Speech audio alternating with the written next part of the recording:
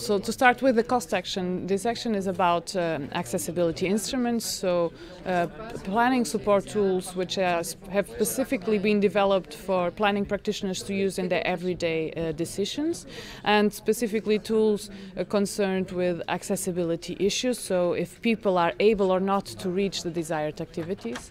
And what we have seen so far is that although many instruments have been developed in theory, when we go into planning practice and to planning practitioners, they don't really use these instruments. So what this action is all about is to try to understand why there is this implementation gap and try to contribute to bridge this implementation gap.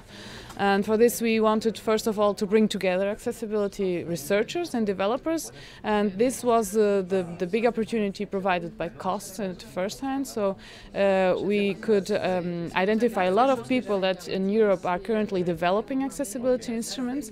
We hadn't been able to do so before because it's not really an issue that can then later be published in scientific journals, but they're more interested in case studies in any case.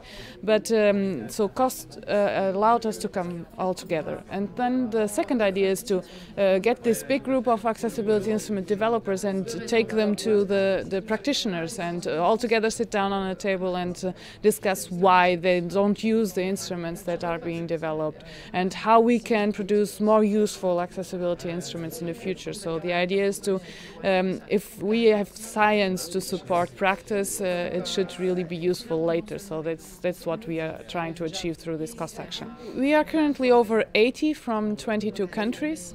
So this network has grown a lot since the beginning when we started with only 5.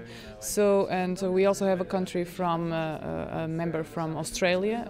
The others are European countries. But I must say that so far it has worked very well. We have been able to comply with what we had defined in the beginning. But I must say that this is mainly responsibility of the engaged and active working group leaders that we have involved. They have been involved since the beginning of the proposal, so they know exactly what is supposed to be come out of this action.